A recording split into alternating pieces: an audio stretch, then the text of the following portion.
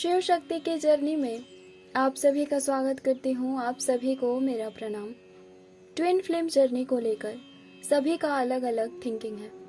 कुछ लोग इसे मिथ बताते हैं, कुछ लोग इसे एक्सेप्ट करते हैं, बट ये कहते हैं कि ये जर्नी सोलमेट कनेक्शन के ही जैसा है।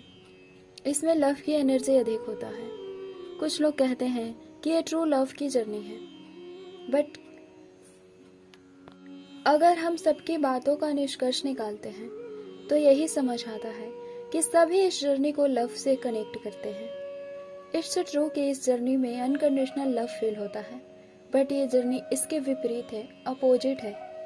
इस जर्नी का मेन टारगेट केवल लव को फील करना, अनकंडीशनल लव को लर्न करना नहीं है। इस जर्नी में और एक ट्विन फ्लेम में अनकंडीशनल लव की एनर्जी पहले से ही होता है, बट वो इसे तब फील कर पाते हैं जब उनकी अवेकनिंग होती है। बट वो अपने काउंटर पार्ट से मैग्नेटिक पुल, मैग्नेटिक अट्रैक्शन पहले से ही फील करते हैं। But why? आपने सोचा होगा या किसी से पूछा भी होगा तो आपको यही बताया गया होगा कि ट्विन फ्लेम जर्नी ऐसा ही होता है। इसमें एक दूसरे के प्रति मैग्नेटिक अट्रैक्शन फील होता है, वो एक ही सोल होते हैं। बट इससे आगे जानने का प्रयास बहुत कम लोग करते हैं कि आखिर इस जर्नी में ही ऐसा क्यों होता है। सोलमेट जर्नी में भी तो अनकंडीशनल लव होता है, बट वो किसी अदर के साथ भी खुश रहते हैं, बैलेंस रहते हैं। बट एक रियल ट्विन फ्लेम अपने सोलमेट के साथ खुश तो रह सकता है, बट कभी वो पीस को फील नहीं करेगा। उसके सोल को कभी शांति नहीं मिलेगी। इसका रीजन केवल ये नहीं कि उसके सोल का हाफ पार्ट कहीं और है। इस रीजन के साथ और भी रीजन है, बट इसको समझने के लिए आपको और बातें जाननी होगी। 5 एलिमेंट्स के बारे में सब जानते हैं। ये भी जानते हैं कि 5 एलिमेंट्स पंच तत्व से ही हमारा बॉडी बनाया जाता है। इस सृष्टि में सब कुछ पंच तत्व से ही बना है। पंच तत्व के अलावा भी और तत्व होते हैं, बट पंच तत्व को मेन माना गया है। इसका रीजन है कि सृष्टि में सभी कुछ पंच तत्व से ही बना है, बट ह्यूमन, एक मनुष्य, पंच तत्व के साथ साथ और तत्वों से भी बना है। एक मनुष्य 23 प्रकार के तत्वों से मिलकर बना होता है, जिसमें पंच तत्व भी आते हैं। और ये पंच तत्व ही मेन है, बिकॉज बैलेंस का काम इनका ही है। बाकी के 17 तत्व आपको बैलेंस नहीं करते। आप कह सकते हैं कि वो हमारे बॉडी में इमोशंस का काम करते हैं। उसमें हमारे विकार, अशुद्धियां सब आते हैं। आपने सुना होगा कि एक मनुष्य 16 अशुद्धियों के साथ जन्म लेता है और उन 16 अशुद्धियों को दूर करता है, उन्हें कंट्रोल करता है पंचतत्व। लेकिन तभी जब ये बैलेंस हो, जब पंच तत्व ही इनबैलेंस हो, तो वो कैसे किसी को बैलेंस कर सकता है। मैंने 16 तत्व, जिसे 16 अशुद्धियां भी कहते हैं, उसके बारे में और पंच तत्व के बारे में बताया। अगर इन दोनों को जोड़ें तो 21 तत्व होते हैं। 2 अभी भी बाकी हैं। एक है हमारी आत्मा, सोल, दूसरा है ब्रह्म तत्व, जो कि हमारे क्राउन चक्र में स्थित होता है, जिसे आकाश तत्व आत्मा है। जब एक ट्विन फ्लेम सोल 2 बॉडीज में आते हैं तो उनमें 23 तत्व नहीं होते। मैंने बताया पंच तत्व सभी तत्वों को कंट्रोल करते हैं, बैलेंस करते हैं, बट ट्विन फ्लेम में तो पूरे पंच तत्व नहीं होते। एक सोल में पंच तत्व की जो क्वांटिटी होती है वो तो उतनी ही होगी ना। ऐसे तो हो ही नहीं सकता कि एक सोल 2 बॉडी में है तो 10 पंच तत्व हो, 5 नहीं। एक आत्मा में पंच तत्व 5 ही होते हैं, चाहे वो एक शरीर धारण करे या कितना भी। ये बहुत इम्पोर्टेंट है, आप सब अच्छे से समझिए। Twin flame journey Shiv Shakti की जर्नी है।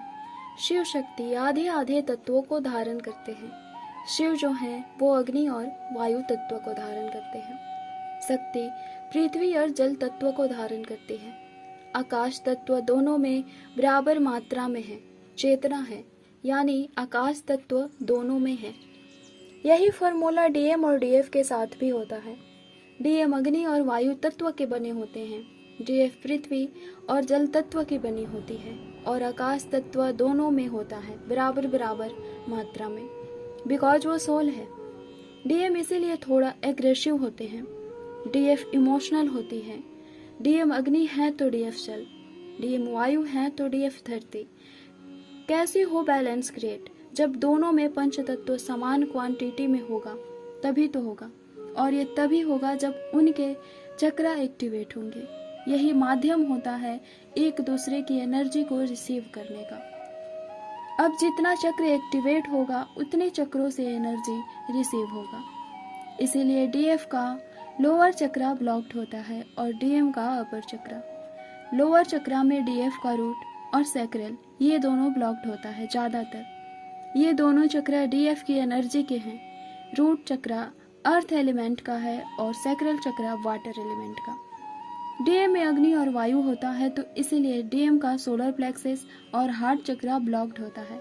डीएफ में ये नहीं होता तो उनका ये एक्टिव होता है, बट ज्यादातर डीएफ का हार्ट चक्रा ओवर एक्टिव होता है। उन्हें वायु तत्व की एनर्जी रिसीव करना है। ब्लॉक्ड हो तो भी क्या, ओवर एक्टिव हो तो भी दोनों सही नहीं है। ये इनबैलेंस को क्रिएट करते हैं। यही रीजन है कि दोनों एक दूसरे को कितना भी बैलेंस करना चाहे नहीं कर पाते। बहुत लोग खुद को बिजी रखते हैं ताकि उन्हें उनकी काउंटर पार्ट की याद ना आए। आप कुछ भी करें खुद को बैलेंस नहीं कर पाएंगे। रीजन आपके सोल में है। आपके सोल कंप्लीट नहीं है तो आपको वर्क सोल में करना है, अंदर करना है, बाहर नहीं। डीएम कहीं हो, डीएफ कहीं हो, एक 3D में हो या एक 5D में। 3D में वो एक दूसरे को जानते हो या नहीं जानते हो, तभी बैलेंस कर पाएंगे खुद को जब आपके पंच तत्व बैलेंस होंगे। और ये तभी बैलेंस होगा जब आपकी सोल की सारी निगेटिविटी रिलीज हो, आपके बाकी के 16 तत्व रिलीज हो। और ये तभी पॉसिबल है जब आप इनर वर्क करेंगे, अपने सोल की जागृति करेंगे। और एक दूसरे में पंच तत्वों का ना होना यही मेन रीजन है इनबैलेंस का, मैग्नेटिक पुल एंड पुश का। जैसे जैसे इनर वर्क करते जाते हैं बैलेंस होने लगता है। वो एक दूसरे की एनर्जी अच्छे से रिसीव कर पाते हैं। जब वो अपने सातों चक्रों से रिसीव करते हैं वही स्टेज होता है 3D में रीयूनियन का। हीलिंग करते करते सभी के लाइफ में एक ऐसा टाइम आता है कि उनका 3D में रीयूनियन हो या ना हो वो इनबैलेंस नहीं होते। वो एनी टाइम बैलेंस रहने लगते हैं। ना ही अपने काउंटर पार्ट को उतना मिस करते हैं जितना कि वो पहले करते थे। आपके सोल को आपके काउंटर पार्ट की एनर्जी चाहिए, वो कहीं भी रहे। अगर वो एक दूसरे की एनर्जी अपने सातों चक्रों से रिसीव कर रहे हो तो वो बैलेंस रहेंगे। साथ रहे या ना रहे कोई अंतर नहीं पड़ता।